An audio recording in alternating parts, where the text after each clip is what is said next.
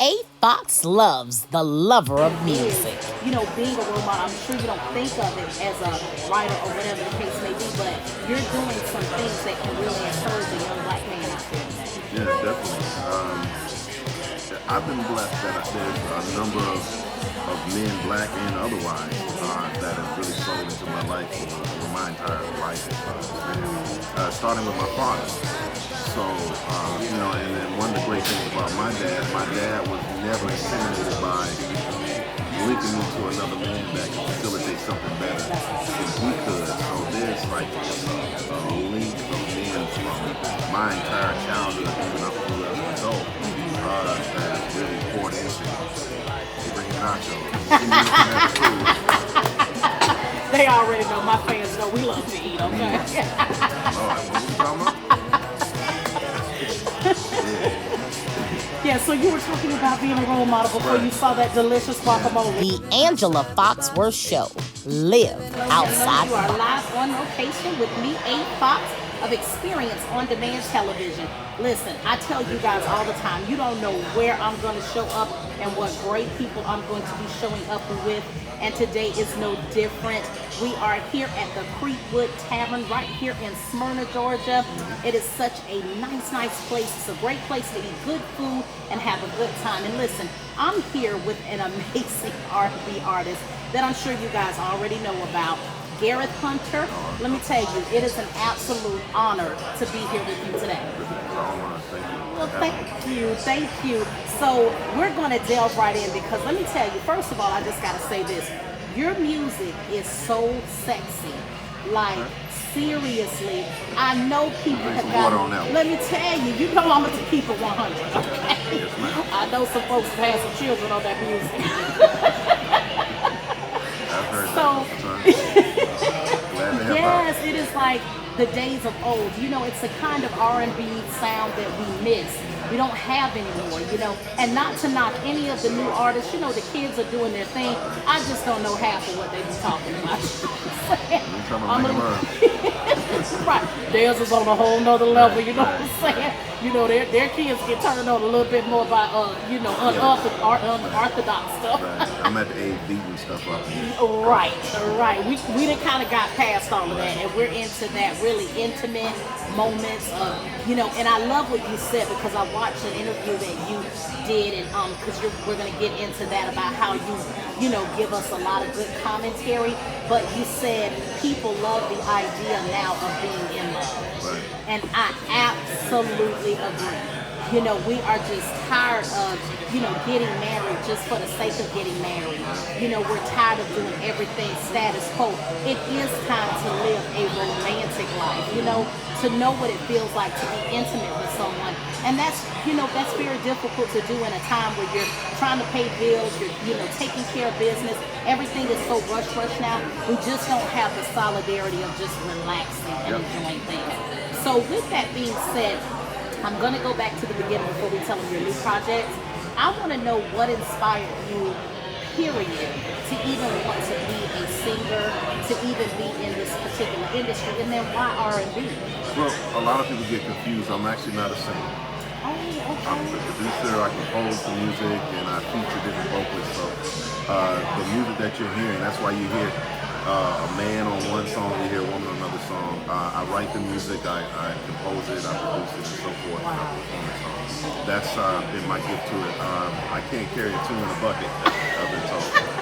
So my mother said that was God's way of keeping me humble, because if I could sing and do everything else, I would just be very arrogant and wouldn't deal with anybody. So, and she's probably telling the truth.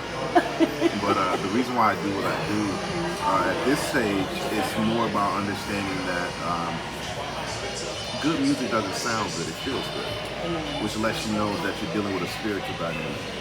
And years ago, being young, starting with this, I didn't understand that everything that we do is ministry.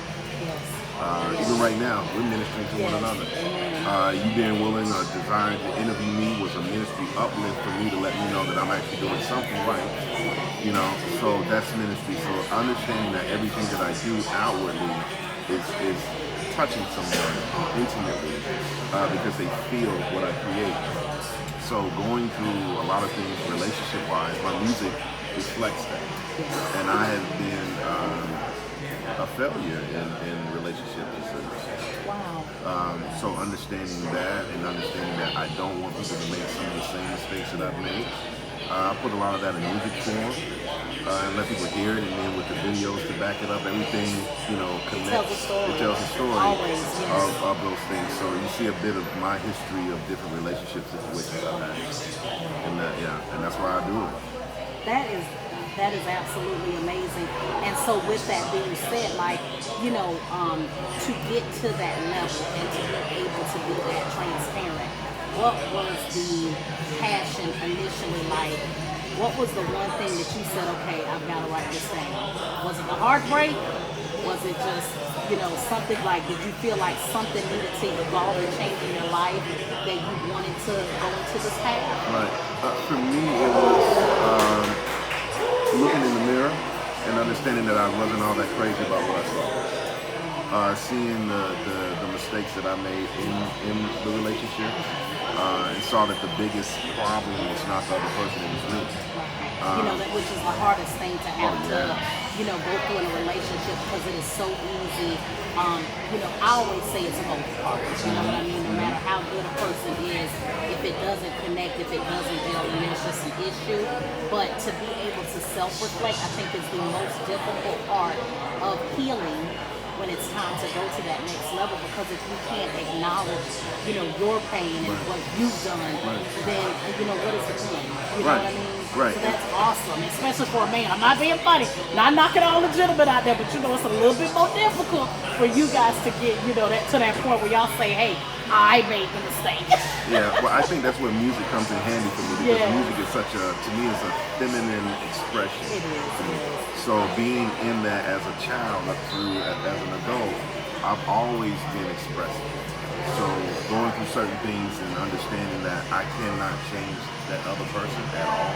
The only person I can address effectively is myself. Control the controllables. I say all the time. And move forward from there. So that's pretty much how it's going for me. Yeah. I think that is that's refreshing just in and of itself. So it actually helps me to understand more of why you write.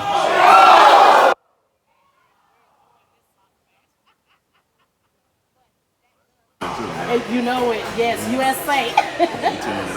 But yeah, it does help us to understand. That's why it is more like I feel like your music draws us in, and I love that I was able to sample it before I was able to interview. A lot of times I don't get a chance to do that, but I felt myself drawn in. I felt like back in the day, and not to compare you to anybody, because I know that you have your own niche, but it did remind me of the Keith Washingtons and the, what I mean, like the Luthers and different things like that, where you actually told a story, and I wanted to hear what that story was, and I wanted to feel, that magic.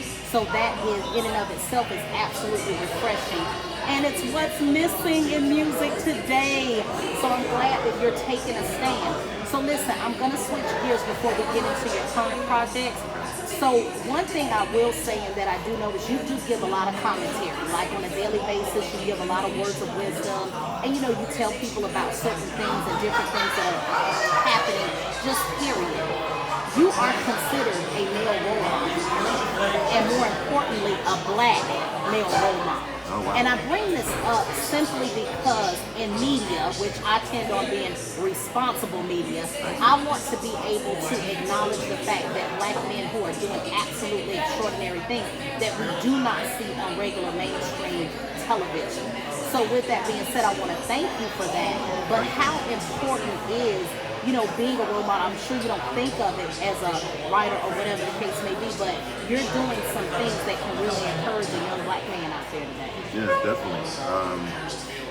I've been blessed that there's a number of men, black and otherwise, that have really sold into my life over my entire life span. Starting with my father. So, and then one of the great things about my dad was never intimidated by linking me to another man that could facilitate something better That's awesome. than he could. So there's like just a link of men from my entire childhood, even up through as an adult, that have really poured into me. They bringing nachos. You see me looking at the food. They already know. My fans know we love to eat, okay? All right, what were we talking about? Yeah, so you were talking about being a role model before Right. you saw that delicious guacamole, okay? Yeah, definitely. But no, that's I'm aware. I mean, I've mentored men before and things of that nature. Sometimes it was by happenstance. I didn't really plan on doing that. But I'm just giving back what's been given to me.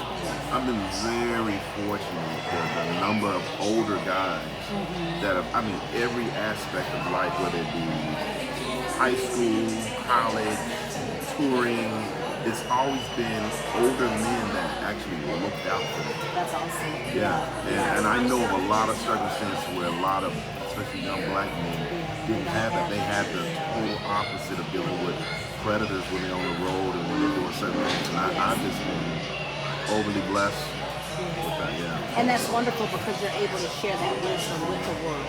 And so again, we appreciate that. So now, fast forward, to projects of today. You have you actually have several projects going on. So I'm going to let you tell. Now, one I just want to go ahead and start with, and I don't know if this is just a song or if this is an actual movie, telenovela. I'm not sure, but I just got hooked on the word, which was blemishes of imperfection. Yeah. I mean, even when I say that, I get like goosebumps because, I just feel like that's about to be deep. I want you to explain it. Blemishes, and actually it changed from blemishes of imperfection to blemishes of perfection. But it's about, it's music, video, movies, and all of it connects with one another to tell the story about when you're in a relationship with one another. The part of the imperfection is being able to love through the blemishes of other persons. So that's what all the music is about. Even the present release, which is What You Do, the meditation suite, available on iTunes and Amazon. That's right. So please support a brother because I support back. But anyway, so that starting with that first release, that song has a video that tells the story inside of the song. And that video has a short film that tells more of that story, which has a full feature movie that tells more of that story, and it just expands from that over the course of should be about 16 months. Yeah.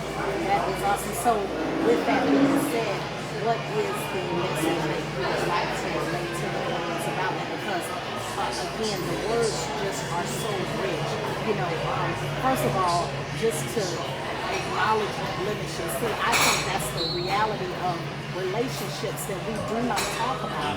I think the problem and the disconnect with relationships today is the fact that people go in thinking we watch television so much because it's ingrained in us. So all we see are these stories of, a woman falling in love and they do it so magically, and you're seeing them on horses in the beach and, just whisking away and all that stuff, and then they negate the actual reality. So they stay stuck in the euphoric stage of a relationship when there needs to be a realistic expectation. So once you fall in love, you're going to have that euphoric state, but then guess what? You got to get to work, and then every day is going to be every day. And so it's not going to be this fantasy thing. We have more people. I think the last statistic, it did go down significantly, but we were still at like 67% of people getting married or getting divorced. And the even sadder part is they've actually increased in the amount, the age that, like, the longer you're married, you end up getting divorced. After 30 years, and I'm not knocking anybody, I don't want to be insensitive, but after 30 years, it's like, my God, like, right, okay, look.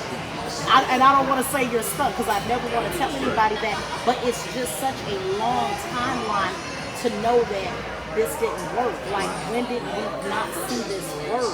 And at some point, after a certain amount of years, you feel like y'all should be in it for the long haul at this stage of the game. So the blemish part is so rich, and then imperfections because nobody wants to admit that they're flawed. You know what's funny about what you just said is that the main thing that I noticed, if you deal with somebody that's been married, they've been married 30 years, and then they get a divorce, the sad thing to me is not the 30 years. The sad thing to me is somewhere prior to 30 years, those people were living in hell.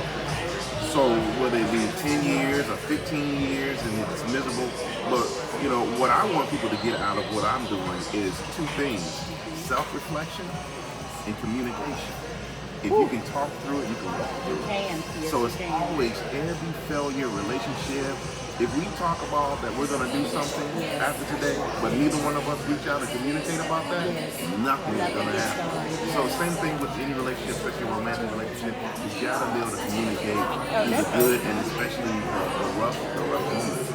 And most people are so in love with the representatives of each other that they're not ready for the real person to show up. And most people are not comfortable enough with themselves to even present the real. And then no one wants to put in the work. You know, again, we make it appear as if it's so easy, but I think that if we tell people it is really, it's not. And I don't want to make it like it's just so, but it is. You're talking about taking one person who's been raised one way, another person, bringing them together for constant compromise all the days of your life. When I say forever, because that really is the intention, even though most of us don't acknowledge that, it is meant to be forever. So you have to think about that before you decide to get in. And I think the first thing I love that you go back to self all the time, because we say it all the time, self-love is the key. If you don't love yourself, you can't even give love to somebody else. No, and that's just the reality. And that's the hardest thing in the world is to accept yourself, because we see how messed up. So, you know, for myself personally, that's a constant endeavor for me. Is to just love me, because I'm constantly changing. You know, love is great, but love is a chemical release in the brain. It is. You know, they call it falling in love. Well, when you fall, you're going to fall on your face, your back, your head, your shoulder. Something you're just going to, but to live in love, you have to live in love by being inward first, and then it comes out. And that is really hard. And the thing is, too, that means that you also have to acknowledge the flaws that you have within yourself, and then be willing to change them if they're changeable, the things that you can change. You know, because at the end of the day, it is about you, number one, if you know, live a life that you're not really that pleased with, turn it around and forgive yourself. Love yourself enough that you know, deserve to be happy in your life, and you deserve. And I think that's what most people don't feel like they deserve. And it's hard to even say it sometimes. I remember when I first started really delving into me, right? There was a lady that said, we're going to do these affirmations, and I want you to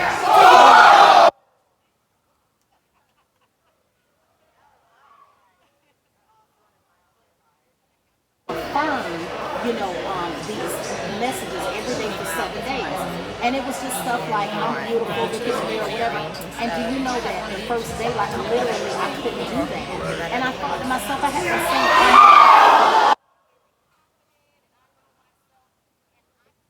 through those affirmations, which was so, like, that was it for me. That was the change. That was when I realized, no, I've got to really start looking at this. So by the 7th day, I had gotten real good at it, and I didn't even realize that I didn't even have a mirror in my house. That is how much I didn't even want to look at myself, because I was not happy with me. Well, at the end of that project, I ended up getting a full-length mirror. So every day I walk out the mirror, I be like, I love you, Angela, I love you. But you know, you have to, some of us have to do that in order to receive what God has for us. Because again, if you don't love who you are, nobody's gonna love. I tell people all the time, they're like, I just don't want to go to the movies by myself. Okay, you don't even enjoy your own company, so how's somebody else gonna enjoy you? So I love that you're putting out this kind of, you know, beautiful art to be able to articulate that. And I think that's gonna help so many people, besides just sounding. You know what I mean? It's just one of those kind of songs. Seriously, like I was thinking about Boomerang. It makes you think about the old movies that you used to love. Best Man, and you know, different things like that where you really get into it. So now, today's project, what are you you know, what is the next level for you? What is it that you want our audience to get, for, you know, to support, so that they can hear and see what I hear and see? Well, the first thing is, what do you do? The meditation suite, which is out on any digital outlet, Okay. Amazon. What do you do? Right, iTunes. Meditation suite. What's amazing is, how do you pronounce that? Forgive me, my people. Chihuahua. Yeah, Mexico is actually the #1 streaming place for that song right now. That's so awesome. Thank you. Yes. Chihuahua. Yes. Oh God, I hope I butchered that city. Mexico. Thank you. Yeah, Mexico. But yeah, so they're streaming it and listening to it as well. But yeah, that's the first thing. Okay. So that's the MP3 or the song itself, and then I'm about to follow that up and release the music video for that pulls that subject matter. That song is about a man that is in love with a woman that actually doesn't want him. And the question is, what do you do? You know, what do I do to make you stay? What do I do to keep you from walking away? These type of things. And after a while, it's like, when are you gonna love yourself? Because this person is literally a reflection of the lack of love he has for himself.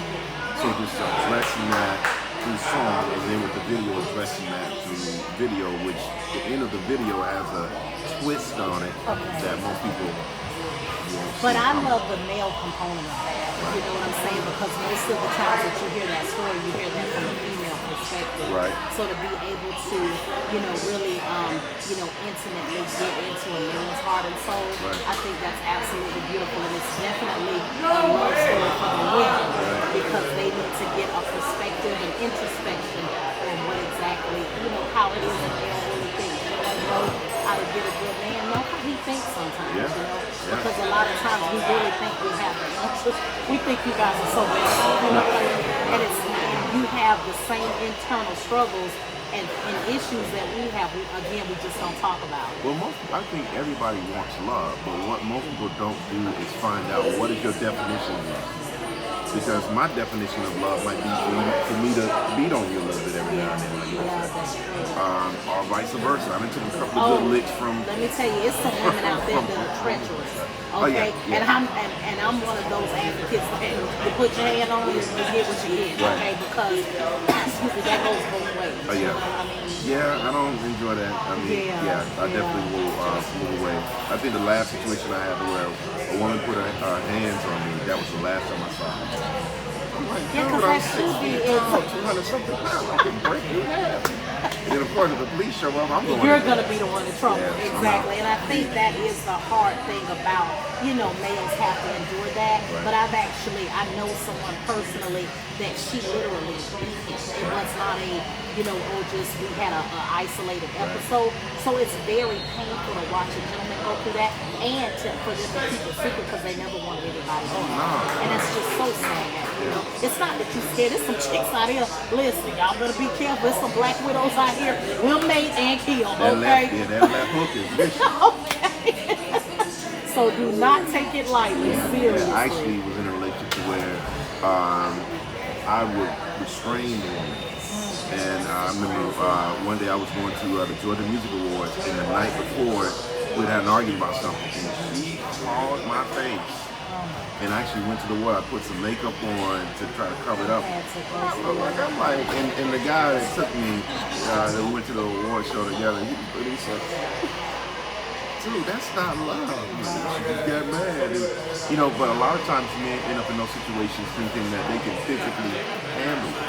But it only takes a split second for it to turn bad. And that's just unfortunate. Do you find it difficult being in this industry to have a fulfilling relationship? Because there is so much temptation, and it's not like you're not easy on the eyes.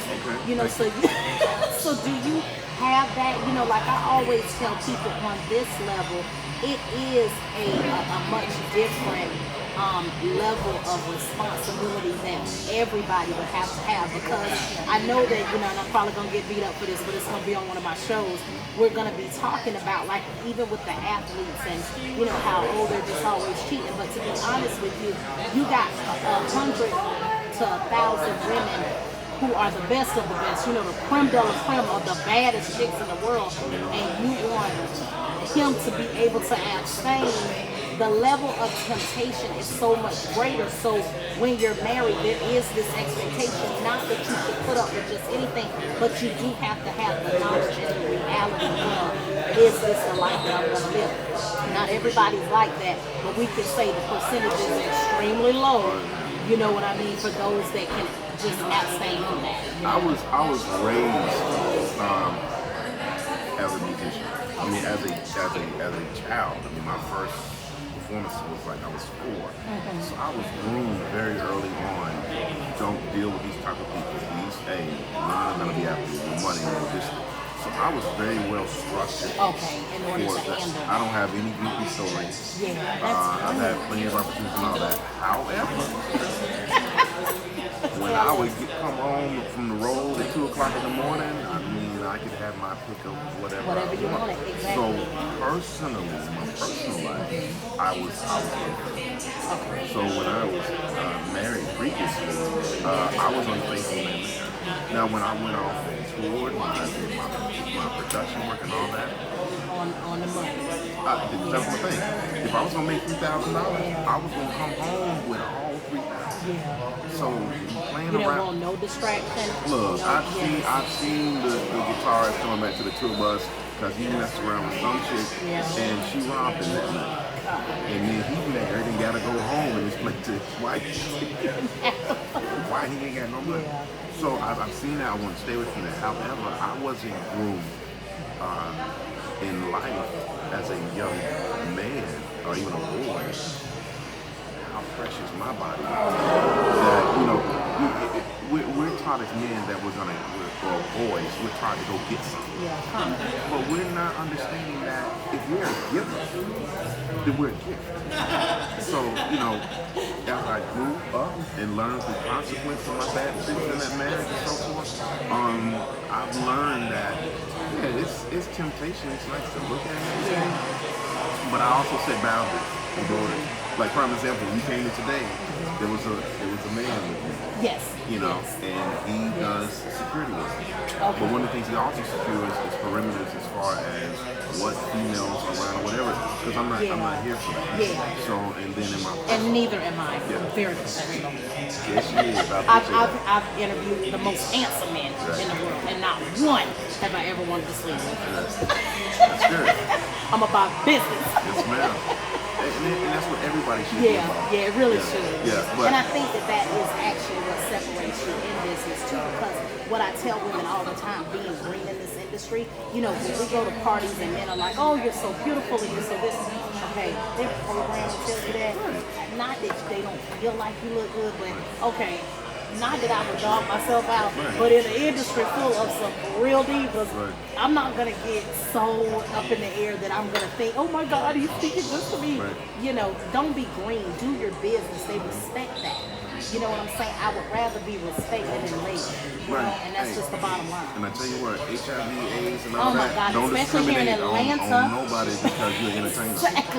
Exactly, and especially here in Atlanta. So you definitely have to be. And I think that is where, we hear all these scriptures all the time, and sometimes they sound cliche, but I definitely believe that is what it means by, present yourself a living sacrifice, holy and acceptable unto Christ. It's not just about being in shape, it's about what you put into your body.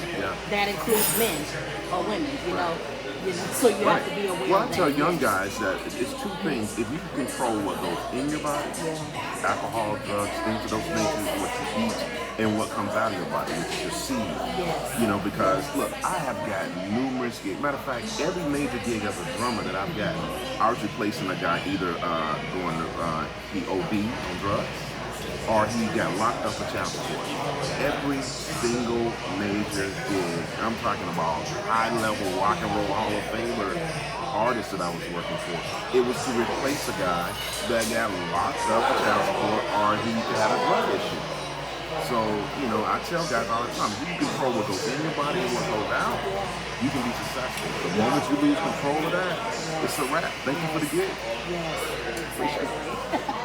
exactly. Well, listen, this has been absolutely amazing. Your transparency is just spot on. I am so, just appreciative and honored to have had the opportunity to be able to get inside the man, and what it is to really bring to the table. And you bring so much value. It's not just about the music and the, films and the short films and videos. It literally is just value driven, what you say and what you do. So it means a lot, and I thank you so much for that. So with that being said, I want you to be able to tell our audience how they can follow you, how they can support, where do they need to go to, talk to Gareth. Well, Gareth Hunter is the name, Gareth, last name Huater. I love to tell people this part. Just you can Google me and I'll pop right up. Isn't that great to say I'm Googleable? Yeah. So am I. I love it. So, and then other than that, you can go to Instagram, Gareth Hunter Presents. Same thing with Facebook, Gareth Hunter Presents. And this other announcements, please follow, especially on Instagram. And I respond to all messages, inquiries, and so forth directly. So that's it. And what do you do to Meditation Suite? Out for sale and purchase right now. One thing that I tell people about me is one of the things that when you sew into me, I do free music clinics, drum clinics, things of that nature for the youth, especially in areas that they can't get musical instruction in there. And so forth. So I put back into the communities that I pull out from. So always remember that when you're purchasing one of my products. Thank you very much for your support. And thank you for having me. Thank you so much. This has been one of my best on locations. I've had a ball, and I tell you again, listen, this food has been over here killing me. Do you hear me? Them buffalo. I'm like, how did they expect me to focus when we got all this good stuff around us? But anyway, you guys have been live on location with me, A Fox of Experience on Demand Television. You know how to keep up with me. I am on Instagram as @AFoxRadio and The Real A Fox, Twitter as @The A Fox Show, and of course my show, my website, www.theafoxshow.com. And again, I have thoroughly enjoyed it. Thank you so much. Yes, you were. Just be yourself. Look, we's about to eat and throw down. We love you and thank you. And you guys have a wonderful day. And remember, life with A Fox is living outside the box. I will talk with you soon.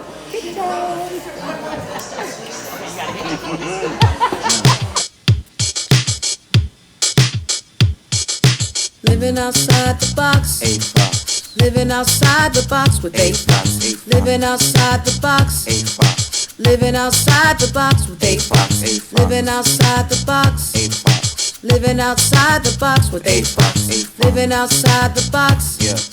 Living outside the box. Yeah. The show is right where you wanna be. Bringing in new topics just for you and me. You see we motivate and educate when we speak. A Fox is quite the anomaly. So follow me as we meet people, reach people, teach people. Black lives matter cause we all equal. Yeah, live your life cause it matters. It's A Fox serving life on a platter. Living outside the box. Living outside the box with A Fox. Living outside the box. A Fox. Living outside the box. A Fox. Living outside the box. A Fox. Living outside the box. A Fox. Living outside the box. A Fox. Living outside the box.